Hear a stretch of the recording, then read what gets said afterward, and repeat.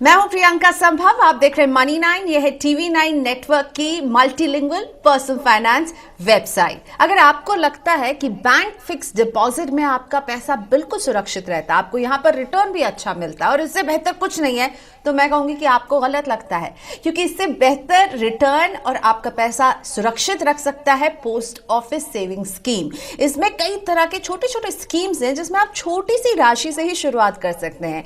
तो post office के इन schemes की क्या खास बात है, किस तरह का रिटर्न मिलता है और आपका टैक्स कौन सी वो स्कीम है जो बचाती है, इन सब पर आज मैं बात करने वाली हूं। मेरे साथ हैं आज सेव नई इन्वेस्टर में रुंगटा सिक्योरिटीज के हर्षवर्धन रुंगटा। हाय हर्षवर्धन, स्वागत है आपका मनी 9 में। Thank you so much. और पोस्ट ऑफिस आखिरी बार आप कब गए थे हर्ष, मैं ये पूछना चाहूंगी।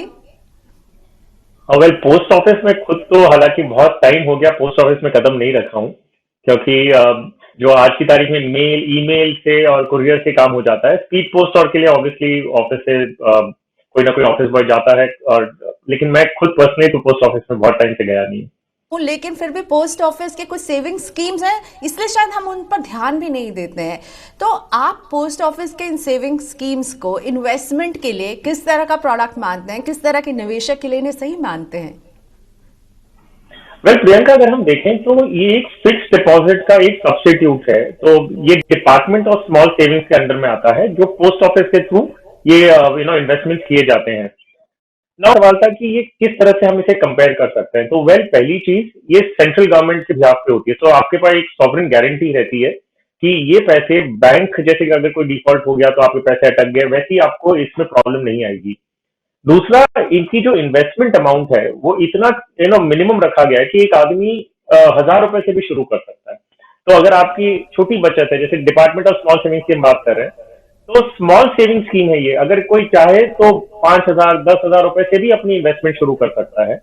और इनकी जो ब्याज दरें हैं, अगर हम आज की तारीख में भी कंपेयर करते हैं, तो ये ब्याज दरें आपकी रेगुलर बैंक से या कोई भी फिक्स डिपॉजिट आप करते हैं उससे कई ज्यादा है आज की तारीख में। तो एक बहुत ही अच्छा विकल्प है, स्पेशली आज की तारीख में जब इंटरेस्ट रेट घटते जा रहे हैं। तो ये एक ऑप्शन है आपके पास कि अगर आपको फिक्स रिटर्न चाहिए, आपको ये जानना है कि मुझे कितना डिपॉजिट करने से कितना इंटरेस्ट मिलने वाला है, तो डिपार्टमेंट ऑफ स्मॉल सेविंग्स, जो ये स्मॉल सेविंग्स इन्वेस्टमेंट है, ये बहुत अच्छी और एक ऑप्शन बन जाता है। तो आज 3 स्कीम पर बात करेंगे हर्षवर्धन जी आपसे। तो पहला तो post office monthly income scheme, और ये मुझे इसलिए अट्रैक्टिव लग रहा क्योंकि इसमें आपको अपना जो इंटरेस्ट है उसका पे आउट मिलता रहता है, विच इज़ वेरी इंटरेस्टिंग। शायद और किसी भी तरह के एफडी में ऐसा नहीं होता है। तो ये मंथली इनकम स्कीम क्या है, कैसे काम करती है, और ये जो इंटरेस्ट पे बैक है इसके बारे में समझाइए जरा। सो प्रियंका, ये ना एक्चुअली बहुत इंटरेस्टिंग प्रोडक्ट है, और ये रिटायरीज के लिए बहुत अच्छी तरह काम करता है। ये जो होम मेकर्स हैं या जो रेगुलर चाहता है अपने हाथ में, उनके लिए स्कीम बनाई गई है। तो जैसे आपने सही कहा कि एक इंसान अगर एक फिक्स डिपॉजिट में, MIS कोई और कुछ नहीं, फिक्स डिपॉजिट है मान लीजिए। पहले वो न्यूज आई थी कि घटा दिया गया, लेकिन फिर वो फाइनेंस मिनिस्टर क्लैरिफिकेशन आया, तो 6.6% इसका ब्याज है सालाना, लेकिन जो अमाउंट होता है वो मंथली आपको पे आउट कर दिया जाता है। तो बहुत ही कन्वीनियंट हो जाता है। आपने मान लीजिए 50,000 रुपए की फिक्स डिपॉजिट की है, तो आपको 275 रुपीज आपको हर महीने के आपके बैंक में क्रेडिट आ जाएगा। और ये बैंक का अकाउंट जो है वो आपको पोस्ट ऑफिस में रखने की जरूरत नहीं है, आप अपना रेगुलर बैंक अकाउंट भी लिंक कर सकते हैं, तो ब्याज आपको उस बैंक अकाउंट में आ जाएगा। जो इसमें लिमिट दी गई है इन्वेस्टमेंट की, अगर एक इंडिविजुअल इन्वेस्ट कर रहा है तो मैक्सिमम वो 4.5 लाख रुपए इन्वेस्ट कर सकता है। जॉइंट अकाउंट होल्डर अगर आप बनते हैं, जैसे अपने हस्बैंड वाइफ या दो जन साथ में मिलके अकाउंट खोलते हैं, तो 9 लाख रुपए तक आप उसमें जमा कर सकते हैं। आप अपने माइनर के नाम पे भी अकाउंट खोल सकते हैं, और उनकी वो 4.5 लाख रुपए की लिमिट अलग है। तो कुल मिलाकर अगर 3 इंसान एक परिवार के हैं, हस्बैंड वाइफ एंड चाइल्ड, तो आप 4.5 लाख रुपया ईच पर्सन के नाम पे कर सकते हैं, तो लिमिट आपकी बढ़ जाती है। जॉइंट नाम पे जैसे मैंने बताया वो 9 लाख रुपए की रहेगी। एक फैक्टर है जो समझना जरूरी है कि जो भी ब्याज आप कमाते हैं वो टैक्सेबल होगा, सो ये टैक्स फ्री नहीं है। और जो पैसे आप जमा कर रहे हैं, जैसे मान लीजिए 4.5 लाख या 1.5 लाख, जो भी अमाउंट आप इन्वेस्ट कर रहे हैं, उस पर आपको ETC की छूट नहीं मिलती है, एक रेगुलर फिक्स डिपॉजिट के बराबर है। वेल, मोटे तौर में तो यही एक जानने वाली बातें हैं। लॉक इन भी समझना होगा अगर किसी को इंटरेस्ट है तो, कि अगर 5 साल के लिए मैंने जमा कर दिया, मुझे अगर जरूरत पड़ी तो क्या मैं पैसे निकाल सकता हूँ। तो वेल, फर्स्ट ईयर में आप उसे नहीं निकाल सकते। अगर आपने अभी डिपॉजिट किया, 1 साल के अंदर आप उसे नहीं निकाल सकते। आप 1 साल के बाद और 3 साल के पहले अगर निकालना चाहते हैं तो ऑप्शन है आपके पास कि आप उसे प्री मेच्योरली ब्रेक करके निकाल सकते हैं, लेकिन आपको 2% पेनल्टी देना होगा। तो मान लीजिए 4.5 लाख रुपए की अगर आपने डिपॉजिट की है, 1 साल और 3 साल के बीच में आप निकाल रहे हैं, तो आपको 2% 4.5 लाख रुपए पे 9,000 रुपए आपको पेनल्टी लगेगा। और 3 साल के बाद निकालते हैं और 5 साल तक कंटिन्यू कि इस दौरान अगर निकालते हैं 3 साल और 5 साल के बीच में एकदम 1% पेनल्टी है। तो लिक्विडिटी है लेकिन पेनल्टी के साथ में। डिपॉजिट जैसे मैंने कहा, आपने अगर 50,000 की डिपॉजिट की है तो 275 रुपीज उसका ब्याज बनता है जो हर महीने आपके अकाउंट में आ जाएगा। अगर आपको इस ब्याज की जरूरत नहीं है, आप हर महीना नहीं चाहते हैं कि पैसे आए, तो एक चीज आप कर सकते हैं कि ये 275 रुपीज है जो भी ब्याज है उसका आप एक रिकरिंग डिपॉजिट खोल सकते हैं, वही 5 साल के लिए। तो इंटरेस्ट आपके अकाउंट में आएगा और वही आप वापस री इन्वेस्ट कर देंगे।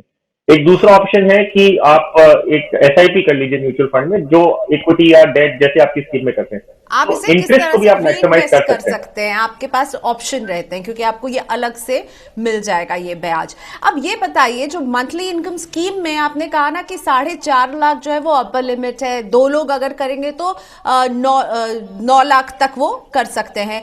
आपको नहीं लगता है कि इसको बढ़ाने का वक्त आ गया? ये अगर इतना अच्छा रिटर्न दे रहा है तो इसको इतना कम क्यों रखा गया अपर लिमिट? अगर लोग चाहें तो उससे ज्यादा अगर निवेश करना कोई चाहे तो?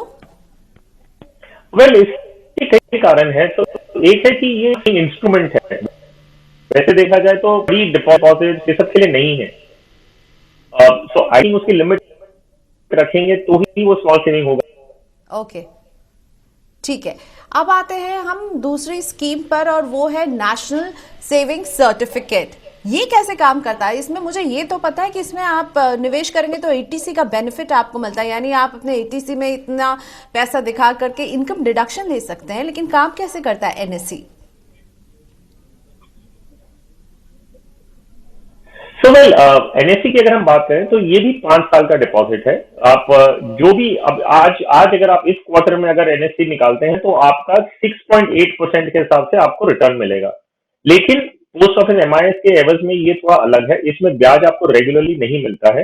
ये क्यूमुलेटिव टाइप की स्कीम है। तो मान लीजिए आज आपने 1,000 रुपए लगाए तो 5 साल बाद ये 1,389.49, सो बेसिकली आप समझिए 1,390 रुपए आपको 5 साल बाद एक साथ वापस आता है। तो इसमें रेगुलर इंटरेस्ट आपको 5 साल में नहीं आएगा, ये क्यूमुलेटिव टाइप की स्कीम है। मिनिमम इन्वेस्टमेंट इसमें भी जैसे मैंने कहा कि इसका भी 1,000 रुपए ही है और फिर मल्टीपल्स ऑफ 100 में आप कंटिन्यू करते रहिए। माइनर भी इसमें इन्वेस्ट कर सकते हैं, जैसे पोस्ट ऑफिस एमआईएस की हमने बात की थी। इसमें एक फर्क है एमआईएस से, वो है कि इसमें जब आप पैसे निवेश करते हैं उसमें आपको एटीसी का बेनिफिट मिलता है। सेक्शन एटीसी में जो 1.5 लाख की लिमिट है वो आपको इसमें बेनिफिट मिलता है। अगर आप ये इससे ज्यादा भी आप डेफिनेटली 1.5 लाख के ऊपर कर सकते हैं। इसमें मैक्सिमम लिमिट कुछ भी नहीं है। तो आप चाहें तो 5 लाख, 10 लाख, 15 लाख, जो भी अमाउंट चाहें आप इसमें इन्वेस्ट कर सकते हैं, लेकिन टैक्स बेनिफिट आपको 1.5 लाख रुपए का ही मिलेगा। बाकी चीजें जो समझने की है वो कि अगर आप के बाद ही पैसे निकाल सकते हैं, पहले भी विड्रॉ कर पाएंगे क्या? जी नहीं, इसमें प्री मेच्योर विड्रॉल अलाउ नहीं होता है। सिर्फ अगर एक अकाउंट होल्डर की डेथ हो जाती है या कोई कोर्ट का ऑर्डर होता है तब ये इसमें प्री मेच्योर रिडेम्पशन होता है। ठीक है। तीसरी स्कीम हर्षवर्धन, मैं आपसे जानना चाहती हूँ किसान विकास पत्र। अच्छा, मैं बहुत समय से सोच रही थी इसका नाम है किसान विकास पत्र, क्या केवल किसान ही इसमें निवेश कर सकते हैं? लेकिन ऐसा नहीं है, कोई भी निवेश कर सकता है। और इसका लेकिन मेच्योरिटी बहुत लंबा है, मैं देख रही हूँ सारे पोस्ट ऑफिस स्कीम में सबसे लंबी मेच्योरिटी इसी की है। तो किसान विकास पत्र कोई भी कर सकता है और इसकी क्या खास बात है? जी हाँ, ये जैसे आपने कहा कि किसान विकास पत्र ऐसा नहीं कि सिर्फ किसानों के लिए है। शुरू हालांकि हो सकता है किसानों को एनकरेज करने के लिए होगा। इसी प्रकार एक था इंद्र विकास पत्र भी, वो जो आज की तारीख में बंद हो चुका है, वो बेरर बॉन्ड्स की तरह था, हालांकि हम उस पर नहीं जाएंगे। तो ये आपने सही कहा कि 124 मंथ का टेन्योर है और which is nothing but 10 years and 4 months, तो 10 साल 4 महीने की पूरी डिपॉजिट की स्कीम है। और इसका ये तरीका किस तरह रखा गया है कि आपने 1,000 रुपए डाले, मान लीजिए 124 मंथ या 10 साल 4 महीने बाद आपको डबल होके मिलेगा। तो 1,000 रुपए डालें, 2,000 रुपए मिलेगा। अगर हम इसका रिटर्न देखते हैं तो करीबन 6.9% आसपास आता है। लेकिन ये बनाया इसी गया है कि आदमी, इंसान एक इन्वेस्ट करते हुए समझ ले कि मैंने 1,000 डाले हैं, 10 साल और 4 महीने बाद ये मुझे डबल होके पैसे मिलेंगे। तो रिटर्न मुझे 6.9% का मिला और ये मेरा कैलकुलेशन हो गया सिंपल। इसमें बीच में आपको वापस पूरे 10 साल 4 महीने के टेन्योर में आपको ब्याज नहीं आने वाला। इंटरेस्ट जो आप कमाते हैं वो टैक्सेबल है, क्योंकि एक इंटरेस्टिंग इंपॉर्टेंट होता है, लोग जानना चाहते हैं कि क्या ब्याज जो रिटर्न आ रहा है मुझे उस पर टैक्स लगेगा। जी हाँ, ये टैक्सेबल है। आप इसे प्लेज कर सकते हैं। ऑफ कोर्स अगर आपको बीच में लिक्विडिटी चाहिए, लेकिन जो प्लेज कर सकते हैं वो सिर्फ आप बैंक्स या आरबीआई जो कोऑपरेटिव बैंक्स है, कोई गवर्नमेंट कंपनीज हैं, कॉर्पोरेशन जो हम बात करते हैं, लोकल बॉडीज हैं, उन्हीं को आप कर सकते हैं। ये तो आप ऐसे जाके किसी और मनी लेंडर्स पर्टिकुलरली उनके साथ आप इसे प्लेज करके नहीं ले सकते। जो प्री मेच्योर क्लोजर की बात है, एक इंपॉर्टेंट फैक्टर ये होता है कि आप 2 साल और 6 महीने बाद इसको आप प्री मेच्योरली क्लोज कर सकते हैं। तो लिक्विडिटी चाहिए, लेकिन आपको 2.5 साल रुकना होगा। आप ये बताइए, जो ब्याज है, अभी स्मॉल सेविंग स्कीम बहुत चर्चा में रहे, सरकार ने ब्याज उसमें कम किया, फिर वापस अपने इस ऑर्डर को ले लिया, तो ये ब्याज की तलवार तो लटकती रहेगी ना, इंटरेस्ट कम भी हो सकता है, सरकार इसे 3 महीने में रिव्यू करेगी, तो मुझे इसके लिए प्रिपेयर रहना होगा अगर मैं इनमें निवेश करूं कि हो सकता है इंटरेस्ट कम भी मिले मुझे आगे जाकर।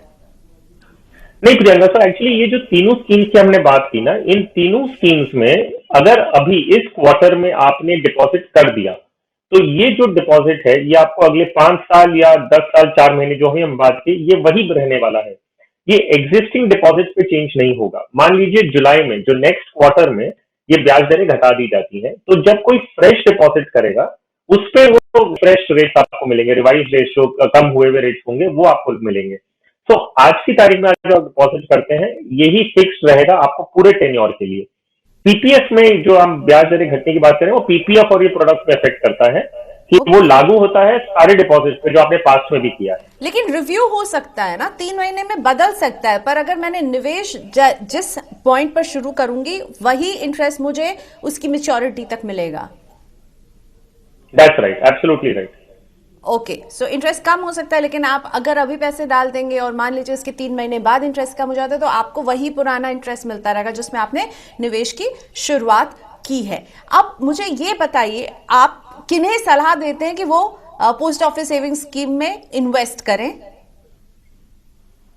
तो प्रियंका, ये ऐसी स्कीम है जिसमें ये फिक्स डिपॉजिट इक्विवेलेंट है। अगर आप बैंक में मान लीजिए स्टेट बैंक की फिक्स डिपॉजिट करने जा रहे हैं जहां पे 5.4% का ब्याज है आज की तारीख में, 5 साल की डिपॉजिट अगर हम लेते हैं तो आप वहां क्यों करें जब आपको almost 100 basis point 1 percentage point आपको ज्यादा यहाँ मिल रहा है।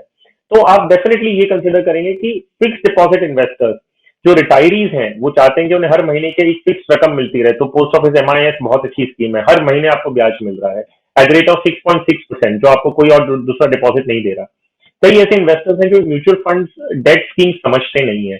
इंटरेस्ट रेट का मूवमेंट है तो ब्याज कभी कम मिल रहा है, कभी उन्हें रिटर्न ज्यादा मिल रहा है, कभी नेगेटिव भी जा रहा है। तो अगर आप इन चीजों से कंफर्टेबल नहीं है और फिक्स डिपॉजिट की तरफ एक श्योर अमाउंट चाहते हैं कि मुझे पता रहे कि मुझे कितना ब्याज मिल रहा है, तो ये पोस्ट ऑफिस की स्मॉल सेविंग स्कीम्स जो है वो सबसे सुपीरियर आज की तारीख में, क्योंकि ब्याज दर ज्यादा है, सॉवरेन गारंटी है।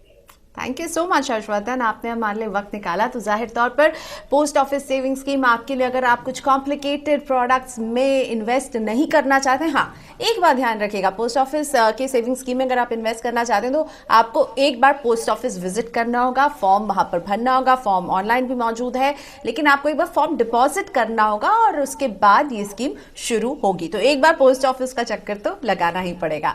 Thanks for watching us. हम उम्मीद करते हैं कि हम आपकी मदद कर पा रहे हैं पैसे को बचाने में और उसके इन्वेस्ट करने में। Thank you for watching money 9।